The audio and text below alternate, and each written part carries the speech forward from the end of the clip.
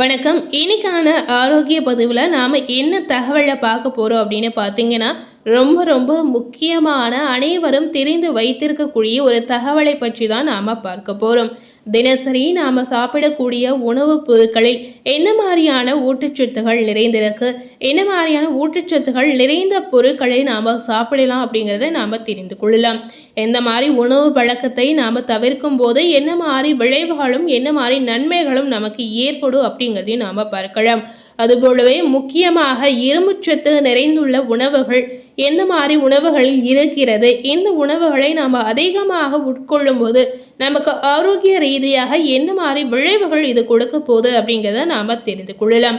தினசரி நம்மளுடைய உணவு பழக்கங்களில் இரும்புச்சத்து நிறைந்துள்ள உணவுப் பொருட்களை நிச்சயமாக பின்பற்றுவது அவசியம் அப்படின்னு சொல்லலாம்.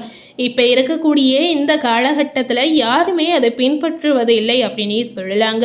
இதனால தான் நமக்கு நோய் ரீதியான நிறைய பாதிப்புகள் ஏற்படுது அப்படின்னு சொல்லலாம். இதனால தான் நமக்கு நோய் எதிர்ப்பு சக்தி மிக குறைவாக இருக்கிறது அப்படின்னு சொல்லலாங்க. இதனால் நமக்கு அடிக்கடி உடல்நிலை சரியில்லாமல் போய் மருத்துவரிடம் ஆலோசனை கேட்டு அதற்கு தகுந்த மருந்துகளை நாம் எடுத்துக்கொள்ளலாம். ஸோ மருந்துகளை உங்களுடைய வாழ்வில் நீங்கள் தவிர்க்கணும் அப்படின்னு நினைத்தீங்கன்னா மறக்காமல் தினசரி உங்களுடைய உணவில் ஊட்டச்சத்து நிறைந்த உணவுகளை நீங்கள் எடுத்துக்கொள்ளலாம். அதிலும் தினசரி இரும்புச்சத்து நிறைந்துள்ள உணவுகளை நீங்கள் எடுத்துக்கொள்ளும் போது நிச்சயமாக உங்களுடைய உடலில் ஏற்படக்கூடிய பாதிப்புகள் நிச்சயமாக குறையும் அப்படின்னு சொல்லலாம். சில முக்கியமான செயல்பாடுகளை நம்மளுடைய உடலில் பராமரிப்பதற்கு நம்ம நிறைய உணவு பழக்கங்களை மாற்றிக்கொள்வது அவசியம் அப்படின்னு சொல்லலாம். உடலுக்கு தேவையான அத்தியாவசிய ஊட்டச்சத்துகளில் இரும்புச்சத்து ஒன்றாகவே சொல்லப்படுது. இன்றியமையாத ஊட்டச்சத்து என்பது நம்மளுடைய உடல்கள் உற்பத்தி செய்யவில்லை அப்படின்னு சொல்லலாம், இயற்கையாகவே இல்லை அப்படின்னு கூட சொல்லலாங்க.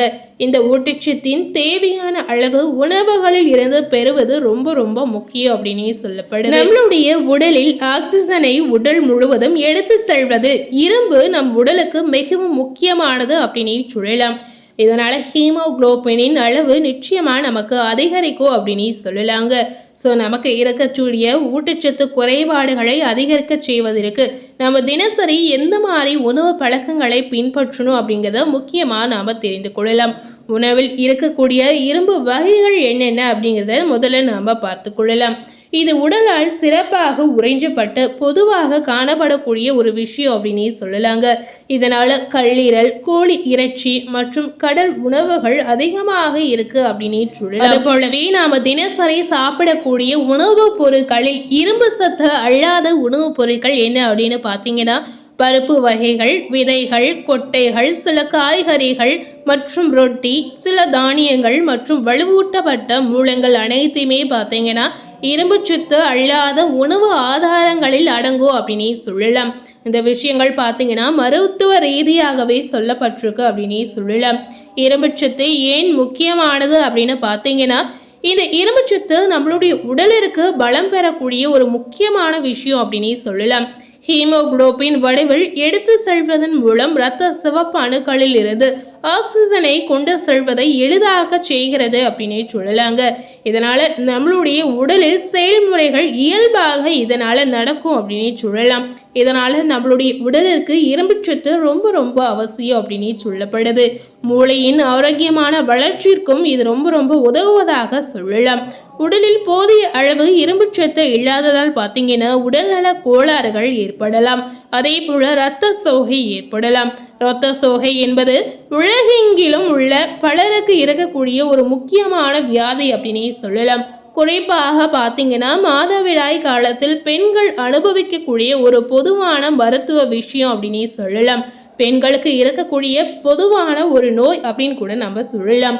உணவில் இரும்புச்சத்து இல்லாததால் இரத்த சிவப்பணுக்களில் இருந்து மற்ற உடல் பாகங்களுக்கு ஆக்சிஜன் போதுமான அளவு மாற்றப்படாமல் பலவீனம், சோர்வு, தலை சுற்றல் மற்றும் லேசான தலைவலி இந்த மாதிரி அறிகுறிகளை நமக்கு ஏற்படுத்தும் அப்படின்னு சொல்லப்படுது.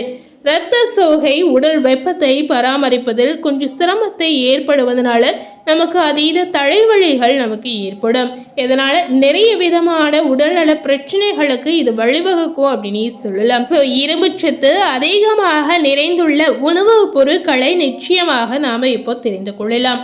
கல்லீரல் மற்றும் பிற இறைச்சிகளில் என்ன மாதிரியான சத்துகள் இருக்கு அப்படின்னு பார்த்தீங்கன்னா, கோழி இறைச்சி மற்றும் கடல் உணவுகளில் அதிக இரும்புச்சத்து இருக்கு அப்படின்னு சொல்லலாம். இதனால நீங்க அடிக்கடி இந்த உணவு வழக்கத்தை உங்களுடைய உணவில் நீங்க எடுத்துக்கொள்வது அவசியம். உடலில் இரும்புச்சத்தை அதிகரிக்க உணவில் புரதத்தின் மூலத்தை சேர்ப்பது நமக்கு ஒரு வகையில நன்மையை பயக்கும் அப்படின்னு சொல்லலாம்.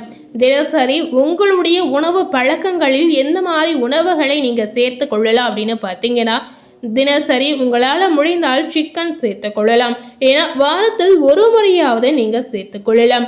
அப்புறம் முட்டை சேர்த்து கொள்ளலாம், கல்லீரல் சேர்த்து கொள்ளலாம், இறால் சேர்த்து கொள்ளலாம். இந்த மாதிரி நிறைய வகையான உணவுகளை நீங்க சேர்த்து கொள்ளும்போது நிறைய விதமான மாற்றங்கள் உங்களுக்கு உடல் ரீதியாக ஏற்படும் அப்படின்னு சொல்லலாங்க. ஸோ அதுபோலவே இரும்புச்சத்து நிறைந்த உணவுகளில் சைவ உணவுகளில் எந்த மாதிரி பொருட்கள் இருக்கு அப்படின்னு பார்த்தீங்கன்னா, உடலில் இருக்கக்கூடிய ஊட்டச்சத்தை அதிகரிப்பதற்கு இந்த உணவு உங்களுக்கு ரொம்ப ரொம்ப முக்கியம் அப்படின்னு சொல்லலாங்க. கோதுமை ரொட்டியை தினசரி நீங்க சேர்த்துக்கொள்ளலாம். கோதுமை நிறைந்துள்ள பொருட்களை நீங்க தினசரி சேர்த்துக்கொள்ளலாம். இந்த மாதிரி உணவுப் பொருட்களில் நிச்சயமாக இரும்புச்சத்து உங்களுக்கு கிடைக்கலாம். அதுபோலவே இரும்புச்சத்து நிறைந்த பழங்கள் அப்படின்னு பார்த்தீங்கன்னா, அத்தி பழத்தை நீங்க எடுத்துக்கொள்ளலாம். திராட்சையும் நிச்சயமாக நீங்க எடுத்துக்கொள்ளலாம். கருப்பு ஆலிவ் எடுத்துக்கொள்ளலாம். கொடி முந்திரி மற்றும் ப்ரூன் சாறை நீங்க எடுத்துக்கொள்ளலாம். இந்த மாதிரி பழங்களை நீங்க எடுத்துக்கொள்ளும் போது நிச்சயமாக உங்களுக்கு இரும்புச்சத்து அதிகரிக்க செய்யும் அப்படின்னு சொல்லலாங்க. அதுபோலவே இரும்புச்சத்துக்கான சிறந்த உணவுகளில் விதைகள் மற்றும் கொட்டைகள் அடங்குவதாக சொல்லப்படுது. இதனால பார்த்தீங்கன்னா ஆலிவ் விதைகள், எள் விதைகள், பாதாம், முந்திரி, இந்த மாதிரி விதை வகைகளை மற்றும் பூசணி விதைகள், இந்த மாதிரி விதை வகைகளை நீங்கள் எடுத்துக்கொள்ளும் போது இதன் மூலம் உங்களுக்கு நிச்சயமாக இரும்புச்சத்து அதிகரிக்கும் அப்படின்னு சொல்லலாம். அதிகப்படியான இரும்புச்சத்து நிறைய விதமான அபாயங்களையும் நமக்கு ஏற்படுத்தும் அப்படின்னு சொல்லப்படுது. இரத்த சிவப்பணுக்களின் உருவாக்கம் பார்த்தீங்கன்னா பல்வேறு உடல் செயல்பாடுகளுக்கு இரும்பு அவசியம் என்பதாலும் அதிகப்படியான இரும்பு நச்சுத்தன்மைக்கு வழிவகுக்கும் அப்படின்னு சொல்லலாம்.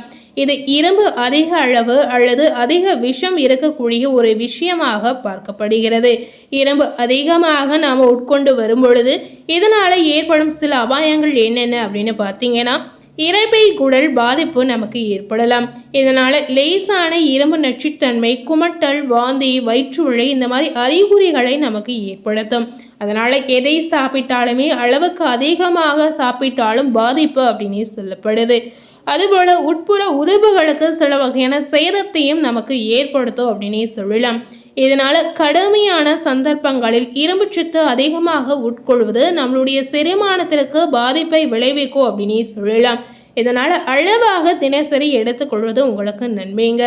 அதுபோல இரத்த ஓட்டத்தில் மிக அதிக அளவு இரும்புச்சத்து அதிகரிக்கும் பொழுது உடலில் தேவைகளை பூர்த்தி செய்ய போதுமான இரத்த ஓட்டம் இல்லாத உயிருக்கு ஆபத்தான நிலையாக மாறிடும் அப்படின்னு சொல்லலாம். ஸோ இப்போ இருக்கக்கூடிய இந்த காலகட்டத்தில் தினசரி உங்களுடைய உடலுக்கு தேவையான ஊட்டச்சத்துக்களை இரும்பு சத்தாக நீங்கள் எடுத்துக்கொள்ளலாம். எதையுமே அளவுக்கு அதிகமாக உட்கொண்டு வரும்பொழுது அதன் மூலம் பாதிப்புகளும் நமக்கு ஏற்படுங்க. அதாவது அளவுக்கு அதிகமாக சாப்பிட்டால் அமிர்தமும் நன்றி அப்படின்னு சொல்வதற்கு ஏற்ப எதை சாப்பிட்டாலுமே அளவாக சாப்பிடுவது நமக்கு நல்லதாக இருக்கலாம். ஸோ இன்னைக்கு நம்ம சேனலை இரும்பு சத்து நிறைந்த உணவுப் பொருட்கள் என்னென்ன பொருட்கள் அப்படிங்கிறத இந்த வீடியோ மூலம் நிச்சயமாக நீங்கள் தெரிந்திருப்பீங்க. ஸோ இது போன்ற புதிய தகவலை தெரிந்து கொள்ளணும் அப்படின்னு நினச்சிங்கன்னா மறக்காமல் நம்ம சேனலை சப்ஸ்கிரைப் பண்ணி பெல் பட்டனை ப்ரெஸ் பண்ணிடுங்க. தேங்க்யூ.